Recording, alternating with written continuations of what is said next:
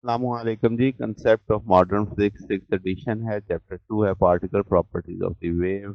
Problem है हमारे पास 35। वो कहता है फोटॉन है फ्रीक्वेंसी स्कैटर्ड करती है by the electron initially at rest. Verify the maximum kinetic energy of the recoil electron. Kinetic energy जो मैक्सिमम वो कहता है होनी चाहिए 2h square new square over mc square 1 plus 2h nu over mc square. ये proof करना है।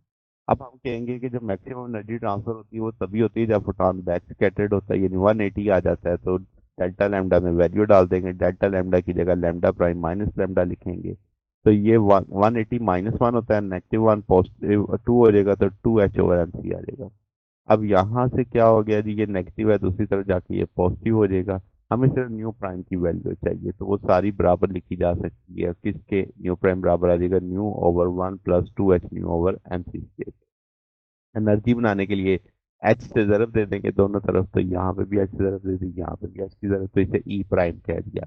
अब काइनेटिक एनर्जी जो रिकॉइल इलेक्ट्रॉन की होती है वो कैसे पता चलती है? इंसिडेंट फोटॉन की एनर्जी स्कैटर्ड फोटॉन की एनर्जी का जो फर्क आएगा वो काइनेटिक एनर्जी होती है। इंसिडेंट एनर्जी को ई कह देते हैं, स्कैटर्ड एनर्जी को ई प्राइम कह देते हैं। ई प्राइम की वैल्यू हमें पता है, वो वैल्यू लाती है। एच न्यू कॉमन ले लेंगे, एच न्यू कॉमन लेके इसका एलसीएम को उठा लेंगे, तो ये 2h nu over am not, यहाँ पे एम नॉट नहीं है M। तो यहाँ पे अब आपके पास क्या हो जाएगा जनाब कि ये सारा आपके पास टूल आ जाएगा। इस एच न्यू को चाहें तो अगर आप एम सी स्क्र को नीचे गिरेंगे तो ये एच न्यू ऊपर जरब खा जाएगा, तो 2h स्क्र न्यू स्क्र ओवर एम सी स्क्र 1 प्लस 2h न्यू, ये प्रूफ आ जाएगा आपके पास। तो इस तरीके से ये मैक्सिमम काइनेटिक एनर्जी का फार्मूला। तो ये हमारे पास सोल्यूशन है। अगर आपको बात पूछनी हो, डाउट हो, नीचे कमेंट में पूछ सकते हैं। वीडियो अच्छी लगी हो लाइक कीजिएगा, तो शेयर कीजिएगा, तक के लिए इतना ही।